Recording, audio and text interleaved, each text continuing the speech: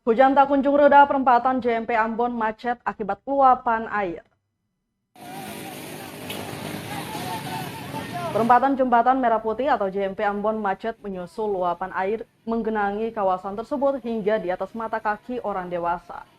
Laju kendaraan terpaksa diturunkan untuk menghindari terjadinya kecelakaan akibat luapan air tersebut.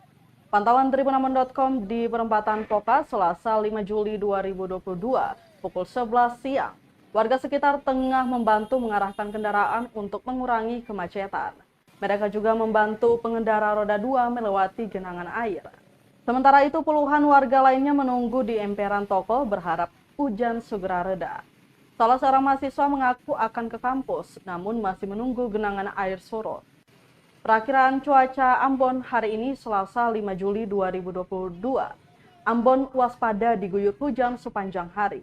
Berdasarkan perakiraan cuaca, kota Ambon diguyur hujan ringan sejak pagi hingga siang hari.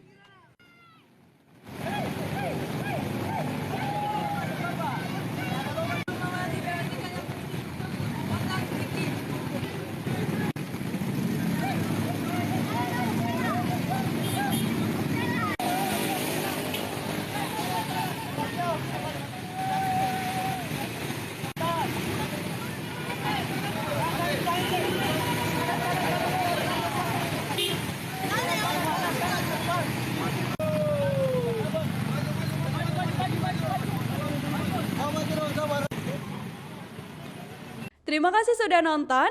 Jangan lupa like, subscribe, dan share ya.